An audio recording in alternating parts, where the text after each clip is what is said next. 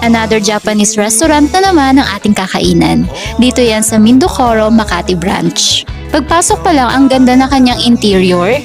Ito yung mga in-order namin.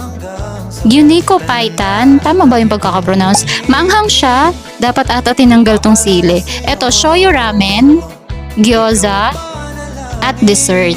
Ang sasarap, tapos yung soup, sobrang malasa. Nagustuhan ko din dito yung passion fruit matcha latte. Ang sarap ng combination niya. Hindi ako mahilig sa matcha, pero ang sarap. Pagbasok mo, nasa gitna yung nagpe-prepare ng mga pagkain. Tapos dito kayo nakapaikot. Kaya pag meron ka pang order, madali lang sabihin. And ayan, ubus na. Sobrang busog na busog kami. Kung balak nyo na pumunta dito, eto yung menu, andyan yung price list. At kung may masasuggest kayo na Japanese restaurant, i-comment nyo lang sa ating comment section. Yun lang. Thank you sa mga nanood. Please like and share.